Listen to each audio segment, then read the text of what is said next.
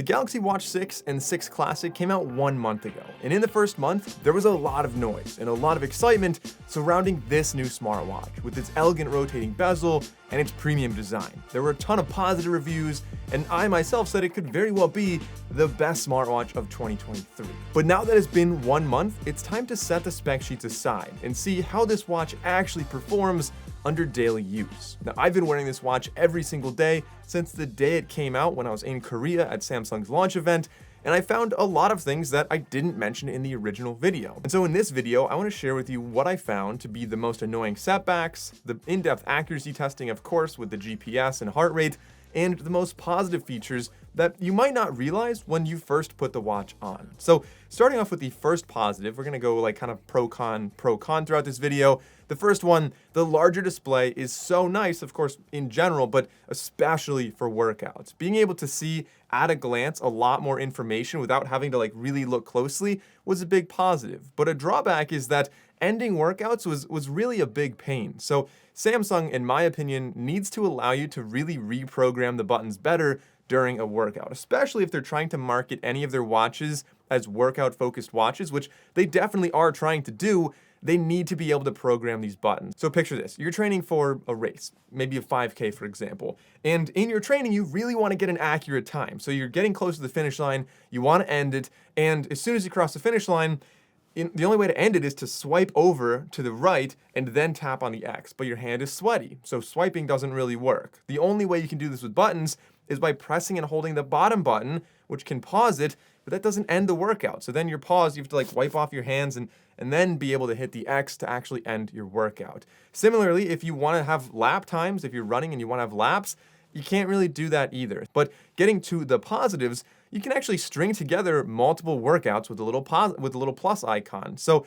if you are, for example, lifting and squatting and like benching, doing all these different exercises, you can just go into one exercise. You don't have to end your exercise. You can swipe over, tap on the plus, and then just add your next one. And so that way you can string them all together into one workout session with a bunch of different exercises. And another positive, kind of on that same note of working out, is the GPS actually locks really quickly. And I recommend this one big trick, in my opinion, that most people don't do. And by default, I don't know why Samsung doesn't force this. When you go by default to start a workout, if say a run, you hit start, it'll say 3, 2, 1, it'll start going.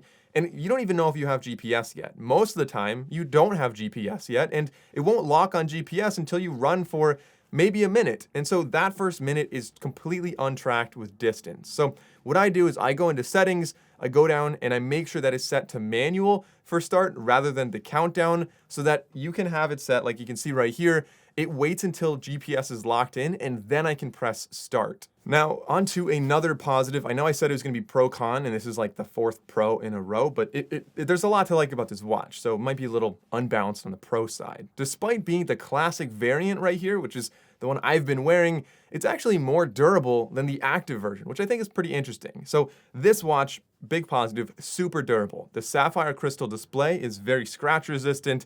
I've thrown this in my backpack with junk in there. I've been wearing this in really tough situations, and it doesn't get scratched. It's really doing well so far. And the stainless steel casing also protects the screen, so this is going to be more durable. And in addition to that, you have a button guard on the right side, which should protect it, but in my opinion is another positive because it prevents you from ever like bending your wrist back and pressing a button. But again, not everything is great with this watch. This does have a new chip inside that's technically a bit faster, but I found there's still some pretty significant lag, especially when you're rotating through the tiles. So if I just spin the rotating bezel, it lags. It takes an extra beat until it actually gets there, and it feels just a little bit less premium. Maybe that's an animations thing, or maybe it's just the processor's not as fast as it should be. Now, as a side note, I have another Android smartwatch.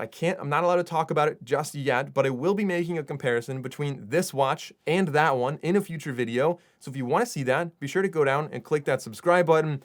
I think you probably will want to see that video. And of course, this is running the latest version of Wear OS, which is Wear OS 4, and Google integration on here is really truly amazing. So I recommend going and switching on the top button. So by default, if you press and hold it, it will open Bixby, but I highly recommend switching that in your settings to Google Assistant. It really brings the watch to the next level. You can ask it so many different questions. Anything you would do with Google Assistant, you can do on here, and it even integrates with Google Maps. I tend to use Google Maps a lot on my wrist when I'm riding a bike or riding a scooter, or just like walking in a city I don't know. I don't want to walk around with the phone out and look like I really don't know what I'm doing, so I just have navigation on my wrist. It's a lot more casual, and rather than going into Google Maps and typing everything out, you just ask Google Assistant to navigate to wherever you're going. And of course, Google Assistant is using the microphone and speaker on board, so let's get into a quick little test. Tell me a joke.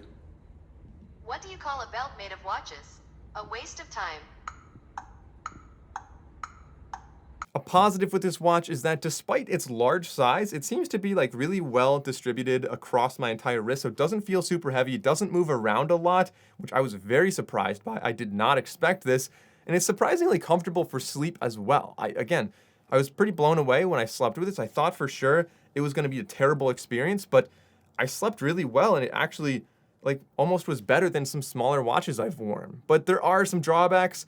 I do charge this overnight, so I almost never wear it to bed, so I still don't know what my sleep animal is. I really want to know, and that's like that's a big marketing thing, but I just haven't slept with this enough because I end up charging it overnight. The battery life on here is not especially great. A positive with this watch is the ability to change it. Now, there's two things I mean by this. One is changing out the straps is super easy. You definitely need some fingernails to poke down in that little button. And the other way to change is changing your phone. So swapping between phones, I've actually done this multiple times already. Like obviously, since I'm reviewing tech, I'm always switching phones. And so being able to keep the same watch and not have to reset it every time I change phones is a huge positive. My only regret with this watch is that I don't have the silver version. I think the black looks really clean, but the silver just accents that stainless steel exterior and looks, in my opinion, a little bit more premium. And digging a little bit deeper into the battery life, when I did sleep with this, I was getting about 1.5 days of battery life out of a full charge here, and that is with always on display on. That's with the sleep tracking fully spec'd out, meaning like temperature sensing and everything else was enabled.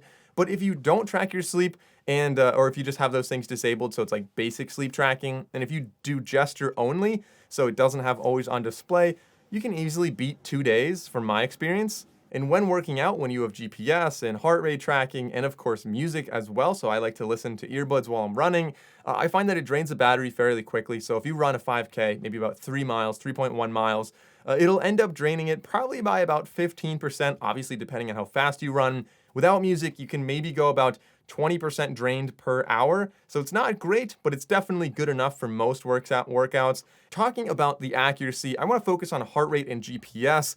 The other things it can track, of course, like body composition. I talked about that in the past. Kind of, you're limited by the technology. It's impedance of your body, which is not the most accurate way to measure it, but you can maybe get a general trend if you're losing weight. I don't know, it's there, but again, don't wager much on that. But again, looking deeper at the GPS and the heart rate, it's marginally better than the years in the past, but still not great. So you don't have multi-band GPS. They do have some things that can help GPS, like for example, if you're running on a track, there is a new track run workout mode, which is great, and I really like having that, except it's not always like right. Like sometimes you'll run and the track is just, it doesn't line up with where the track actually is.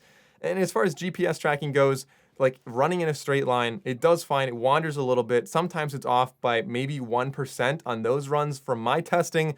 But if you start winding anywhere that's a little bit more tricky, so in town where you have big buildings around you, or if you are running in the woods where you have either mountains or trees, it definitely struggles a little bit more. In general, the GPS is definitely passable, but it's not going to be the best out there, mostly because it doesn't have multi-band GPS and many other watches do. And then when it comes to heart rate tracking, you can see on this graph right here, the blue line is the Polar H10 heart rate strap, which is known to be accurate. And in general, they followed almost in lockstep for most of my run. I tried many different runs, and generally, the Galaxy Watch did a decent enough job on a steady state run. By that I mean you're not running sprint intervals. If you're running intervals, it does struggle, it kind of lags a little bit, as many optical heart rate sensors do. But like I said, for long distance, regular steady state runs or bike rides, it's close enough. So to kind of summarize the accuracy of the workout tracking, it's ideal for casual walking, treadmill usage, anyone who just goes on a jog and you want to get like a rough idea, it's going to be great for that. But if you're serious about training, this is just a little bit too inaccurate. Like you really can't reliably train for a triathlon or anything that's based on distance or time or heart rate with a specific goal in mind. partially because of accuracy and partially because, like I said, the buttons aren't really optimized for that anyway. But for casual workouts, this definitely does the job. So I really use smartwatches for 4 main things. The first one is situational, so time, date, weather, basic stuff like that. The second thing is fitness tracking, knowing how many steps I walked in a day, knowing my heart rate, knowing tracking my runs. The third thing is notifications. That's obviously a huge one. And the fourth one, which I'm really happy with this watch, is Google Assistant, which is incredibly fast. It's a huge improvement over previous years, which made Google Assistant in the past almost unusable. This is snappy, it's fast, it does a lot, it shows you a lot on a larger display, and that's probably the biggest win with this watch. One of the main reasons I would recommend this probably as the best Android smartwatch this year. So of those 4 things, this watch absolutely nails 3 of them. It's probably the nicest looking and feeling smartwatch as well out of the entire market, in my opinion, with that rotating bezel and the stainless steel finish.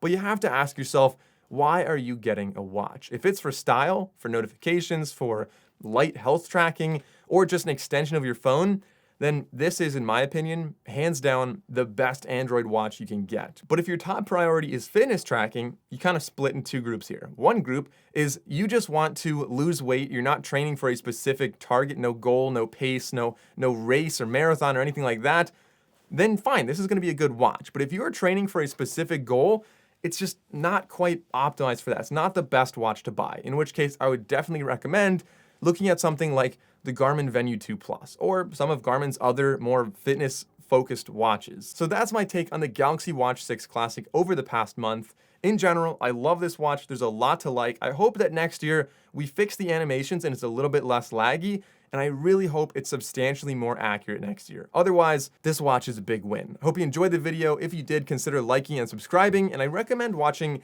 this video next. I'll see you over there.